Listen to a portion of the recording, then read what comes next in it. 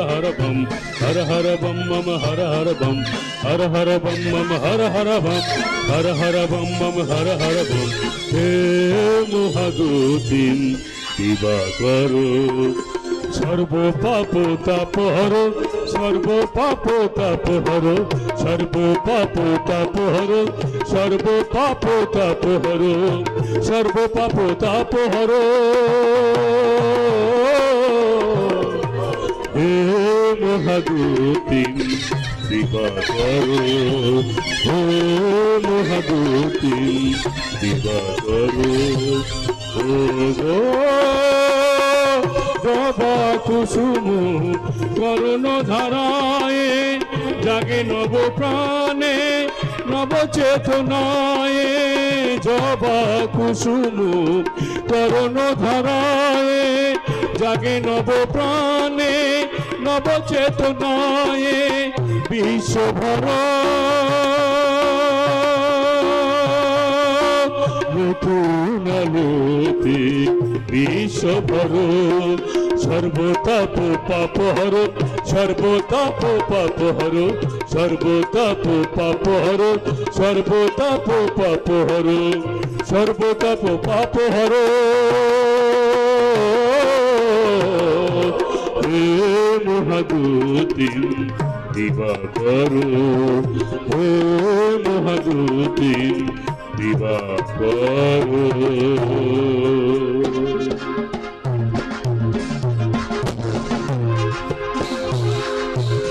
नागिर साथे नागिरियाज मिलन हलो ताई मिलन हलो ताई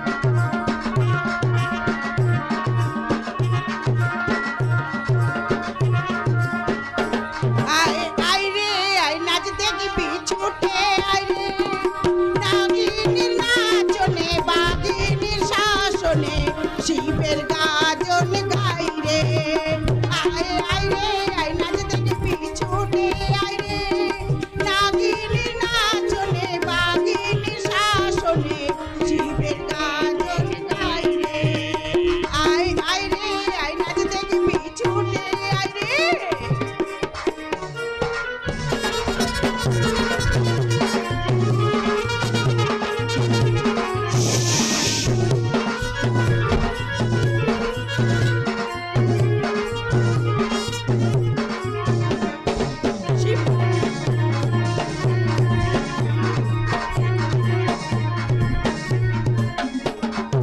শিব ঠাকুরের শরণ নিয়ে সংসেজেছি আজ পড়েছি সব পাহাড়ি সাজ শিব ঠাকুরের শরণ নিয়ে সংসেজেছি আজ পড়েছি সব পাহাড়ি সাজ সেই সাজেতে গাজন আসরে সেই সাজেতে গাজন আসরে জমে কত লোক রে আয় আয় রে আয় নাচ দেখি পিছুটে আয় রে নাগিনীর নাগিনীর শাসন শিবের গাজন গাই রে আয় আয় রে আয় নাচ দেখি পিছুটে আয় রে নাগিনীর নাচনে বাগিনীর শাসনে শিবের গাজন গাই রে আয় আয় রে আয় নাচ দেখি পিছুটে আয় রে আয় আয় রে আয় নাচ দেখি পিছুটে আয় রে আয় আয় রে আয় নাচ দেখি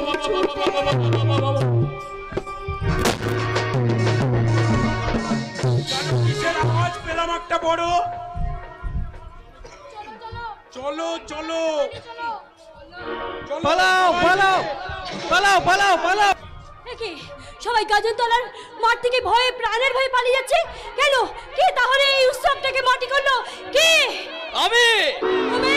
হ্যাঁ আমি সন্ধ্যা নগরে শিবের গাজন উৎসব দলে মেলে উঠতেই এই বোমকে সালা বোম মেরে বিলকুল সব ফাঁকা করে দিয়েছে। কিন্তু কেন? গোস্বামী বাবুর হুকুমে তোমাকে সালা তুলে নিয়ে যেতে এসেছে। কি? তুমি আমাকে তুলে নিয়ে যেতে এসেছো? তোমরা ভদ্রলোক হয়ে? বাবু নয়, তুমি সালা চাঁদে হাত মারিয়েছো। তাই শেষ স্বপ্নকে আমি চিরতরে শেষ করে দিতে এসেছি। এসো, চলে এসো। ছাড়ো, ভালো চাও তো আমার হাতটা ছেড়ে দাও, নাহলে কিন্তু আমি চিৎকার করে লোক ডাকবো। কোনো ফায়দা হবে না, আমার হাত থেকে বাঁচাতে তোমাকে কেউ আসবে না। আসবে, কেউ না আসলেও এ বেদে যুবক আক্তার আলী আসবে। ভাই, গায়ের মাটিতে শুধু আক্তারকে সাপ খেলা দিয়ে দেখেছো বাবু সাহেব, এখনই তার এই শক্ত হাতের তাকত। তাই বলছি, যদি চাঁদের মায় থাকে তো এখান থেকে চলে যাও। শুধু হাতে বেরোচ্ছে এই বোমকে সেকেন্ডে। তাই তোকে শেষবারের মতন বলছি আক্তার, আমার পথ থেকে সরে যা। যদি না যান, জান দিতে হবে। চাঁদের মায় আক্তার করে না বাবু সাহেব, জন্মেছি যখন তখন মরতে তো একদিন হবেই। কিন্তু আমি জিন্দা থাকতে আমার এই পেহেনের বেইজ্জত আমি কিছুতেই বরদাস্ত করব না। কেন? কিসের জন্য করবো? আমরা গরিব বেদে সবখানা দেখে পয়সা রোজগার করি, অথচ তোমার মতন ভদ্র বাবুরা এই গাজন মাঠে এসেছো আর ওই গোস্বামী বাবুর হুমকিতে আমাকে তুলে নিতে কেন? কি অপরাধে?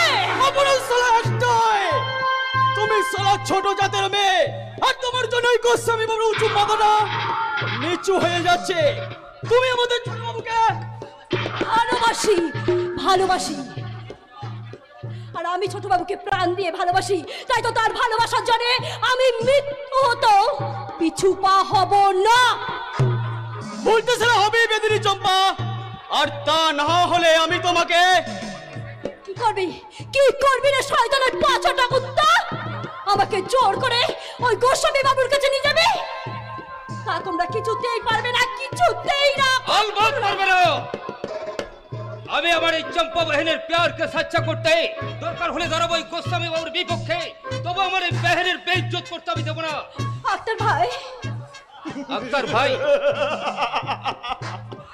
আজ পর্যন্ত এই বোম কেসে চলার পথে কোনো সালা বাধা দিতে পারিনি, আর তুইও পারবি না ছোট লোকের বাচ্চা। সরে যা, এই শালিকে আমি জোর করে তুলে নিয়ে যাব। এই, তার আগে তোর মতো শয়তানের নিথর দেহটা এই বারোয়ারির মাঠে গড়াগড়ি যাবে রে শয়তান। সামান্য নারী, ঘরের বউ, তোদের মতো শয়তানদের দমনে সে আজ নাগিনী। হ্যাঁ হ্যাঁ নাগিনী। অন্যান্যদের মতো আমিও গাজন উৎসবে এসেছিলাম মেলা দেখতে। হঠাৎ দূর থেকে বোমের আওয়াজ আর জটলা শুনে বুঝতে আমার অসুবিধা হয়নি যে এখানে কোনো একটা অঘটন ঘটেছে। তাই তো নাগিনীর রূপ নিয়ে আমি ছুটে এসেছি। আমাকে বাঁচাও রাঙা বৌদি। ভয় কি বোন? এই অমানুষ জানোয়ারগুলোর হাত থেকে নিজেকে বাঁচাতে নারীর মূর্তি ত্যাগ করে নাগিনীর রূপে জেগে ওঠো। রাঙা বৌদি, মনে রেখো ভাই, আমি আছি তোমার পাশে। আমিও সালা দেখবো কতক্ষণ তুমি সালা ওই বেদরির পাশে বসে থাকো। এই বোম! হ্যাঁ, আমি সালা বোম।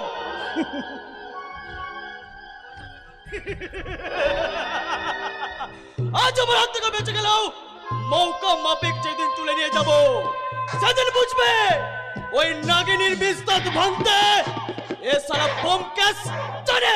বাবু সাহেব,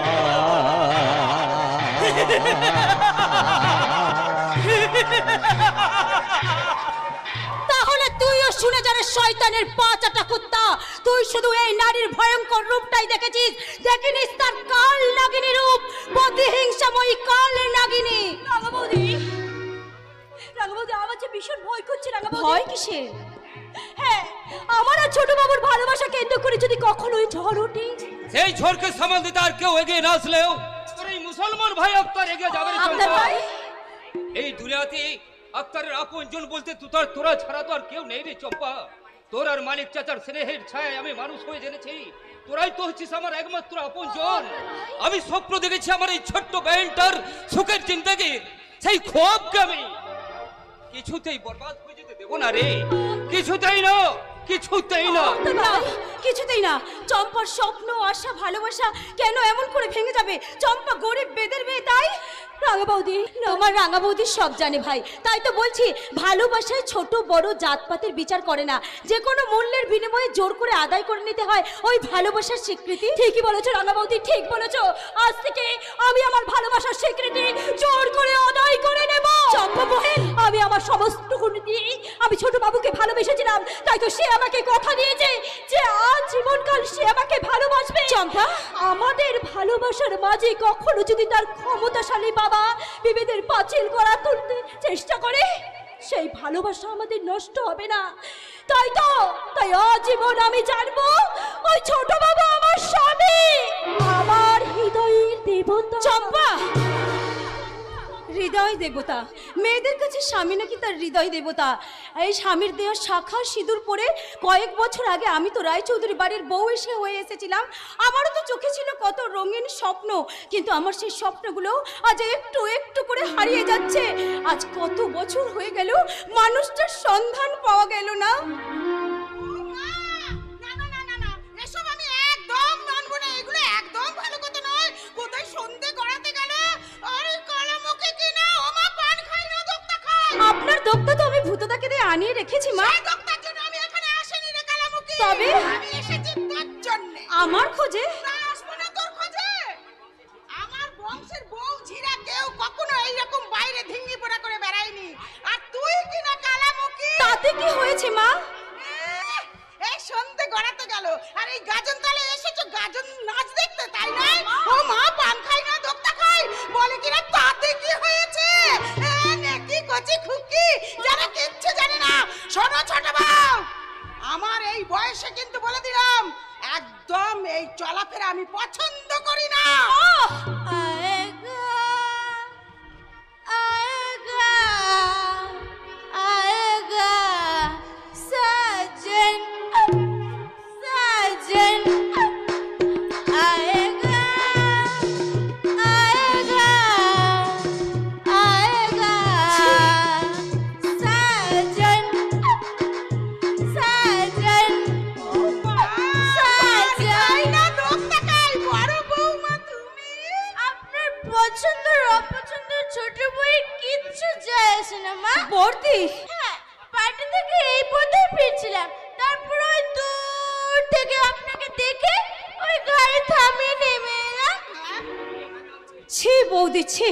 এইভাবে মদ খেয়ে পাড়ার লোকের সামনে দিয়ে রাস্তায় আসতে তোমার বিবেকে বাঁধলো না?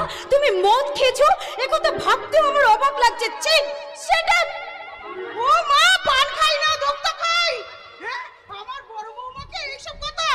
আরে বাবা, একটু রাস্তাঘাটে লোকের সঙ্গে মিশতে গেলে একটু আদ্র করতে হয়, তাছাড়া বড় বৌমা আমার মদ খাবে কেন? ও তো মা পান খাই না দোক্তা খাই করেছি মা।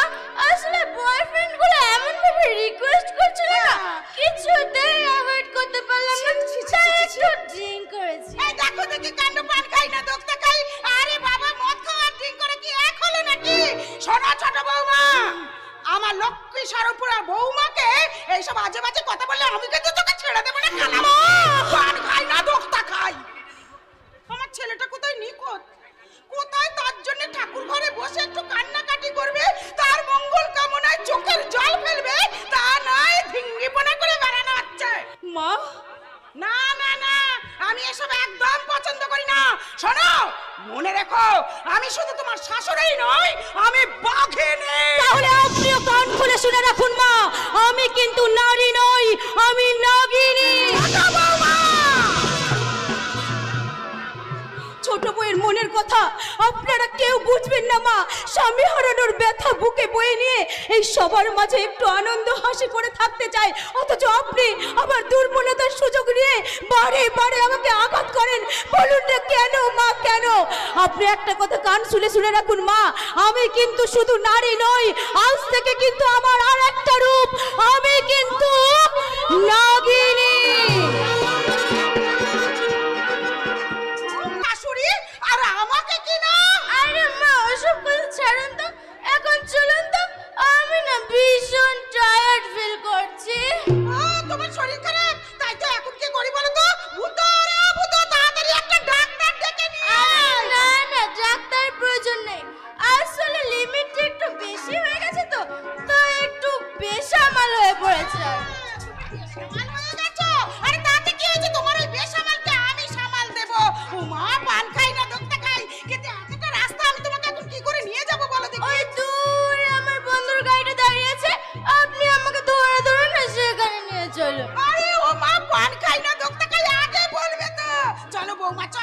আমরা শাশুড়ি বউতে মিলে তোমার বন্ধুর গাড়িতে করে একেবারে করে চলে এলাম। হ্যাঁ মা চলুন। আর আজকে এই অপমানে ইনসাল্টের যোগ্য জবাবটা না আমি ওই ছোট বউকে সুদে আসলে দিয়ে দেবো। চলুন মা চলুন, বাই বাই। এই অপমানের যোগ্য জবাব আমি ফিরিয়ে দেব। একদিকে ওই বেদিনী চম্পা, অন্যদিকে চৌধুরী বাড়ির ছোট বউ রূপসীর কাজলের অপমান আমার মাথায় আগুন ধরিয়ে দিয়েছে।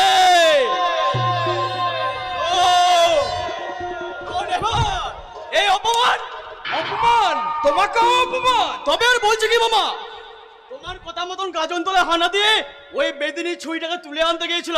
তারপর ওটা ডাক্তার আর চৌধুরী বাড়ির ছোট বউ রূপসী কাজল এসে সমস্ত প্রাণ প্রোগ্রাম ভণ্ডুল করে একেবারে অপমান করে তাড়িয়ে দিল। আরে তাই তো বলছি, আপাতত চুপ থাকবে। চুপ থাকবো? হ্যাঁ, তা না হলে হিতে বিপরীত হতে পারে।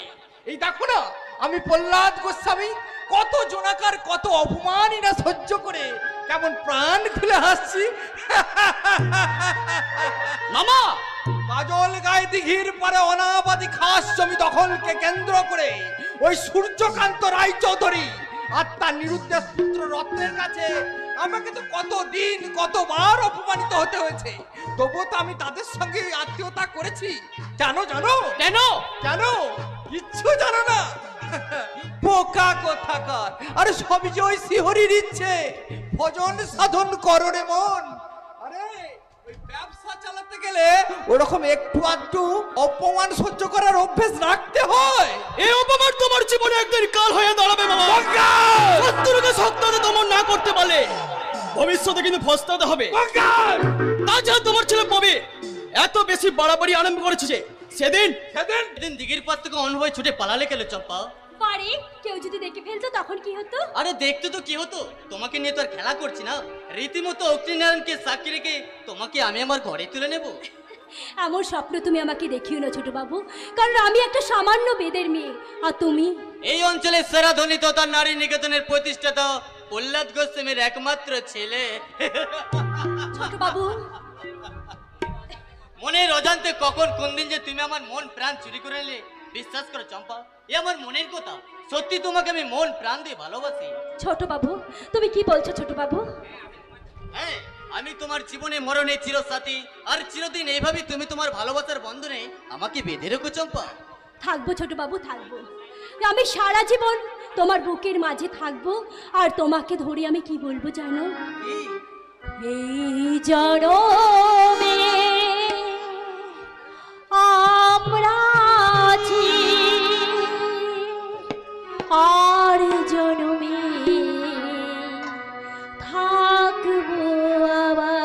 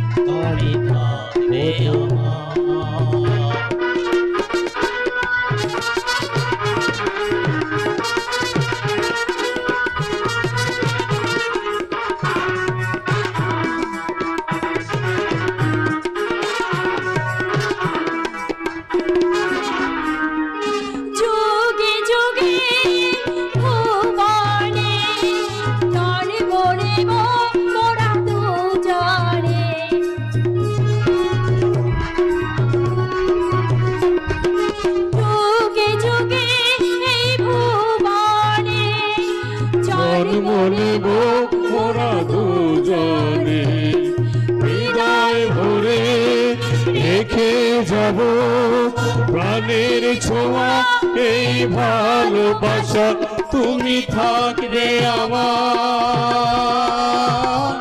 আমি থাকবো তোমার তুমি থাকবে আমার আমি থাকবো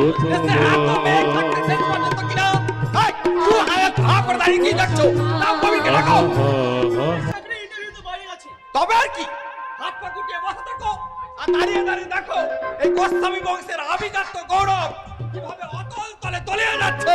না মামা, এই আমি থাকতে তা কিছু হাতে দেবো না। তাই তো চম্পা বাবু মানিক বেদেকে আমি ডেকে পাঠিয়েছি, হয়তো এখনই শেষে বলবে আমারে ডেকেছেন বড় কথা। আরে মানিক সর্দার যে আয় আয়, সেই জন্যই তো বলি সবই ওই শিহরির ইচ্ছে। এই যেমন তোর কথা ভাবতেই তুই সশরীরে এসে হাজির হয়েছিস। আপনার কথাগুলো আমি ঠিক বুঝলাম না বড় কথা। আমি বুঝিয়ে দিচ্ছি। শোন মানিক সর্দার, আজকের মধ্যে ভিটে বাড়ি বিক্রি করে কাজল গাছ ছেড়ে তোকে চলে যেতে হবে। ভিটে মাটি বিক্রি করে গাছ ছেড়ে চলে যাবো? হ্যাঁ, ওটা আমার ব্যবসার প্রয়োজনে লাগবে। বল কত টাকা দিতে হবে? না বড় কথা না, ওই টাকার লোভে ভিটে মাটি আমি কিছুতেই বেচে দিতে পারবো না। মানিক সর্দার অনেক কষ্টে খাই না খাই সব খেলা দেখিয়ে ওই মাথা গুজার ঠাইটুকু পড়েছি, তা আমি কিছুতেই বেচে দিতে পারবো না। স্বেচ্ছায় না বেচলে জোর করে তোকে কাজল গায়ের মাটি থেকে যেতে বাধ্য করবো। তা আপনারা পারবে কি নাই কথা? ওই বেদে পড়ার ছাপওয়ালারা সব লেখাপড়া শিখিতেছে, তারা আজ ভালো মন্দ বইতে শিখেছে, তাদের পড়াই আপনারা অন্যায় অত্যাচার করিবেন, তাদের বেদের সর্দারকে জোর করে তাড়িয়ে দেবেন, তা তারা কিছুতেই সহ্য করিবে না। দরকার হলে আমরা চট বাঁধিব, তো আপনাদের মতো লোকের বিরুদ্ধে বজ্রে উঠিব। তবে রে সুরের বংশ সাবধান বংশেশ বাবু, আরেক পারে করি বসের উপর হাত তুলে আপনার হাতটা আমি মুচড়ে ভেঙে দেব। জাহাজ জাহাজ হ্যাঁ জাহাজ, অন্যায় অত্যাচারের বিরুদ্ধে সোচ্চার হওয়ার প্রতিবাদ করার তুরন্ত জাহাজ। জবাব কার কাছে? আমার কাছে। বলুন কিসের জন্য আপনারা এই না খেতে পাওয়া গরিব মানুষটার উপর অন্যায় অত্যাচারে উদ্যত হয়েছে? না মানে আমি বলবেন ওরা অপরাধ অনেক, লোকটা অসৎ মিথ্যেবাদী চোর, কিন্তু আমি জানি আপনাদের চলার পথের বাধা এই সৎ নির্ভীক প্রতিবাদী কণ্ঠকে চিরতরে স্তব্ধ করে দিতে আপনাদের অন্যায় হাতিয়ার দিয়ে ওকে শেষ করে দিতে চান। জাহাজ হ্যাঁ জাহাজ, এই জাহাজ তো একদিন লেখাপড়া শিখে মানুষের মতো মানুষ হওয়ার স্বপ্ন দেখেছিল, কিন্তু আপনাদের সমাজ আপনাদের মতো মানুষেরা তা হতে দেয়নি, বন্ধ করে দিয়েছে শিক্ষার তীর্থক্ষেত্রে প্রবেশের পথ। আমি জানতে চাই তুমি এখান থেকে যাবা কিনা? যাবো যাবই, বাড়ি যাও। কিন্তু বাইরে এই চেহার থাকতে কেউ তোমায় ভিটে ছাড়া করতে পারবে না। জানি না তুমি কে, তোমার মতো না হলে তো আমাকে গেয়া থেকে তাড়িয়ে দিত, তাই তুমি যে হও আমার কাছে তুমি দেবতা আছে, দেবতা আছে, দেবতা আছে। দেবতা অন্ধকার নরক যার রাজত্ব সালা সে কিনা দেবতা। তুমি যদি একবার জানতে যে আমি তুমি কে সেটাই তো জানা আমার আগে প্রয়োজন। বলো কে তুমি? বাড়ির ঠিকানা নিষিদ্ধ পল্লীর অন্ধকার গলে। ও তুমি তাহলে নিষিদ্ধ পল্লীর বেজন্মা পথে? হ্যাঁ হ্যাঁ, আমি সেই বেজন্মা পথিক। মায়ের কথা মনে পড়ে না? জন্ম লগ্ন থেকে আমি বাবাকে চোখে দেখিনি, পতিতা পাড়ার এক বাসী আমাকে এই নরকের স্পর্শ থেকে দূরে রেখে মানুষের মতন মানুষ করতে চেয়েছিল, কিন্তু আপনাদের সমাজ এই আপনাদের মতন মানুষেরা তা হতে দেয়নি। হ্যাঁ, আমি সেই বেশ্যাবটির বাস্তান প্রতীক। আমি একনিষ্ঠ হরিভক্ত প্রহ্লাদ গোস্বামী, আর আমার বাড়িতে কিনা পঙ্কজ। আরে মামার বাচ্চা, যাও তাড়াতাড়ি গঙ্গা জল নিয়ে এসো, আমি পবিত্র হয়নি। পবিত্রতা দেহে নয় গোস্বামী বাবু, পবিত্রতা মনে। আপনি আপনার ওই দেহটাকে পবিত্র করার আগে আপনার মনটাকে ভালো করে পবিত্র করুন। কে বলতে চাইছো তুমি? আমি বলতে চাই, পাপাস্তরে পাপ কর্ম করবার জন্য যেদিন যাবেন সেদিন পকেটে করে এক সিসি গঙ্গা জল নিয়ে যেতে ভুলবেন না, কারণ ওই পতিতালয়ে রাত্রি যাপন করে বাড়ি ফেরার পথে ওই গঙ্গা জল দিয়ে আপনার দেহটাকে ভালো করে পবিত্র করে নেবেন। আসি, গুড বাই। মামা তোমাকে এমন ভাবে অপমান করে গেল, আর তুমি দাঁড়িয়ে দাঁড়িয়ে চুপ থাকলে। সময়ের অপেক্ষায় আছি ভাগ্নে, বেশি বাড়াবাড়ি করলে ওকে মার্ডার করে বস্তায় ভরে নদীতে ভাসিয়ে দেব মামা। আর আমি হরি ভক্ত প্রহ্লাদ গোস্বামী উচ্চস্বরে গাইব, ভজন সাধন করো রে মন। হরি বলো রসনা। বাবার গোসাই বেলায় আমার উচ্চ স্তরে হরিনাম। এই হরিনাম ভিন্ন, জীবের যে মুক্তি নেই, তাই তো হরিনামের প্রেম বিতরণ করে মানে নিকেতনের প্রসার ঘটাতে চান। তারা যা বলেছেন মিস্টার পাসওয়ান, কিন্তু আমি যে একটা সমস্যায় পড়েছি দারোগা বাবু। সমস্যা? ইয়েস মিস্টার পাসওয়ান, মামার নারী নিকেতনে সচ্ছারে উঠছে ওই সূর্যকান্ত রায়চৌধুরী, আর তাদের ইন্ধন দিচ্ছে ওই চৌধুরী বাড়ির ছোট বউ। শুধু তাই নয়, গতকাল সন্ধ্যায় গায়নতলা থেকে বেদিনী মেয়ে চম্পাকে তুলে আনতে গিয়ে অপমানিত হয়ে ফিরে এসেছো। ঠিক তাই, এইভাবে যদি ইয়ের বাচ্চারা মাথা চারা দিয়ে ওঠে, আর সময় থাকতে থাকতে আমি যদি ওই সব ছোট জাতের মেয়েদের বিষ দাঁত ভাঙতে না পারি, তাহলে তো আমার ব্যবসা লাটে উঠে যাবে। না মিস্টার গোস্বামী, এই পাসওয়ান দারোগা থাকতে আপনার ব্যবসায় ক্ষতি করতে কেউ পারবে না। এই চিন্তা আমাদের আছে বলেই তো আমাদের এত মাখামাখি।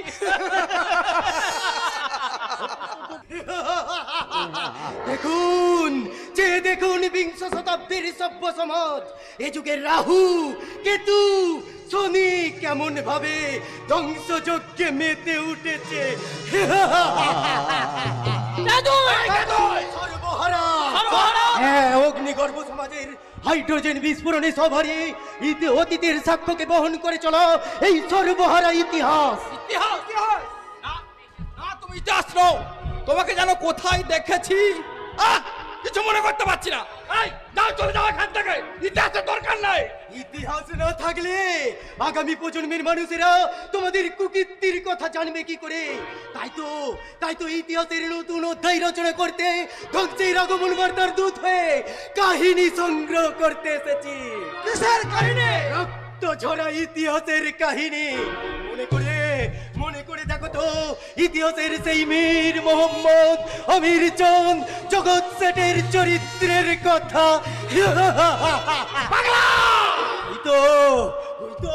ওই তো আমার জীবন গাড়িটা ছুটে চলেছে, হঠাৎ অশান্ত সমাজ নদীর বুকে উঠল উথাল পাথাল ঢেউ, সাইক্লোন, বিস্ফোরণ, রক্ত।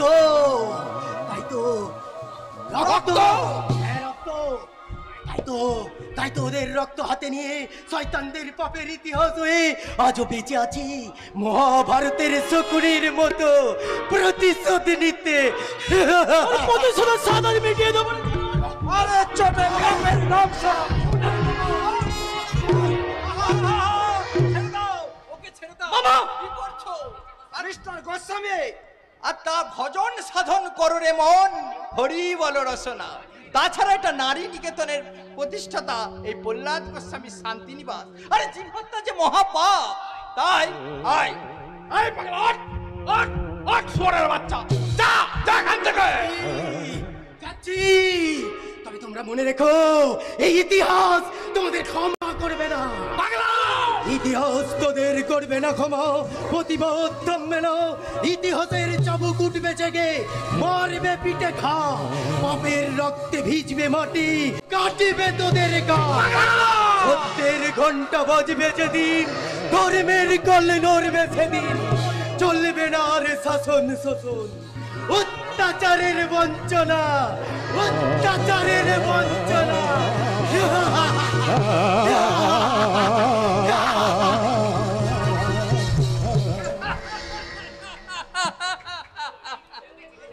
আপনি ওকে চিনেন নাকি মিস্টার গোস্বামী? আপনি না একটা জানতো ইয়ে মানে গাধা। গোস্বামী বাবু, আরে আমি ওকে চিনতে যাবো কোন দুঃখে? তাছাড়া আমাদের মতো মানুষদের কেনা চেনি, যাকে বাদ দিন সব কথা। হ্যাঁ মামা, কথা একটাই, আগে ওই বেদিনী চম্পা, তারপরে ওই চৌধুরী বাড়ির ছোট বউ রূপসী কাজল। তার জন্য চিন্তা কি গোস্বামী বাবু? আপনি আপনার প্ল্যান মাফিক এগিয়ে যান, আর আমি শালা আপনার পাশে আছি। মনে রাখবেন, নামটা আমার পাশোয়ান দারোগা। আর আমার নাম ব্যোমকেশ ঘোষাল। সমাজসেবী প্রহ্লাদ গোস্বামী করবে সমাজ সেবা, বিশেষ করে নারী সেবা। আর সেই সুযোগে আমরা ওই সুন্দরী রূপসীদের মৌজমাচাকে সালাম মধু আস্বাদন করব। মধু আস্বাদনের ভাগ তো আপনাকে অবশ্যই দেব মিস্টার পাসওয়ান। তবেই তো হবে আমার ব্যবসায় প্রফিট, আর প্রফিট হলে তবেই তো আমি ওই শ্রীহরিকে ডেকে বলবো, ভজন সাধন করো রে মন, হরি বল রসনা।